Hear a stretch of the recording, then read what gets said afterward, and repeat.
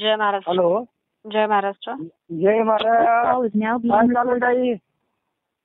कोण बोलतंय? कानिपनाथ दुगणे बोलतोय बीडवरून. कोण बोलतंय? कानिपनाथ दुगणे. बर बोला. काय ताई शास्त्रीजी विषयी काय बोलता तुम्ही? काय नका बोलले? बोलत असते. काय बोलले काय सांगा. तुम्ही डायरेक्ट तुम्ही काय नामदेव बोलले सांगा. सांगा. अहो तुम्ही खालच्या पातळीवर काय काय बोलला नाही काय त्याचे सगळे बोलले screenshot- सांगा. खालच्या पातळीवर काय बोलले सांगा. जे मी तुम्हाला लिहिलंय, screenshot- जे मी बोलले ते शुद्ध संविधानिक भाषेत लिहिलंय, बोलले. भारतीय डॉक्टर बाबासाहेब आंबेडकरांच्या भारतीय हो, आहे ना, संविधानाने आहे. मला मी अधिकार पण दिलेला आहे काँग्रेसचा- माझं मत मी- मांडण्याचा. हो तुमचा मत मांडण्याचा अधिकार आहे. तुम्ही खालच्या भाषेत कसं काय म्हटलात मग? खालच्या भाषेत तुम्ही बोललात ताई. डायरेक्ट नामदेव सांगत आहेत का ते? हो, नामदेव सानपच आहे माझ्यासाठी ते. जे एकाच बाजूनी जर विचार करून जर हे करत असतील, एकेकाळी मी काय त्यांचे एका बाजूने एकेकाळी मी विचार त्यांचे केला सगळे सांगा कोट तुम्ही. वाचायचे, मी त्यांची भजनं कीर्तनं ऐकायची एकेकाळी.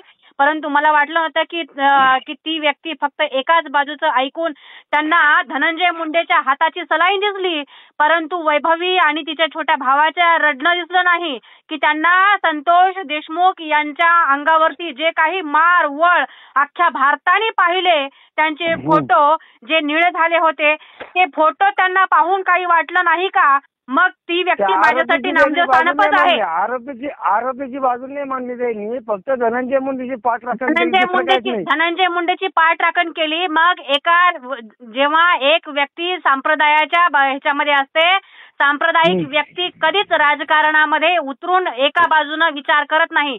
जे स्वतःला न्यायाचार्य म्हणतात, तर न्यायाचा अर्थ काय होतो? न्यायाचा अर्थ काय होतो?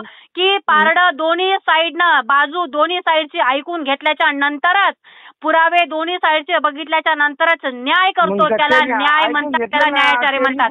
मला तुम्ही फोन करून ना, एक मिनिट, मला तुम्ही फोन करून मला शिकवण्याचा तुम्ही असला ना, हे फोन करून बंद करा, कळलं ना? आणि तुम्ही आता जो कॉल रेकॉर्डिंग टाकलेला आहे ना, तर मला असे तुम्ही 1000 कॉल रेकॉर्डिंग केलात, काय केलं तर मला अजिबात फरक पडत नाही.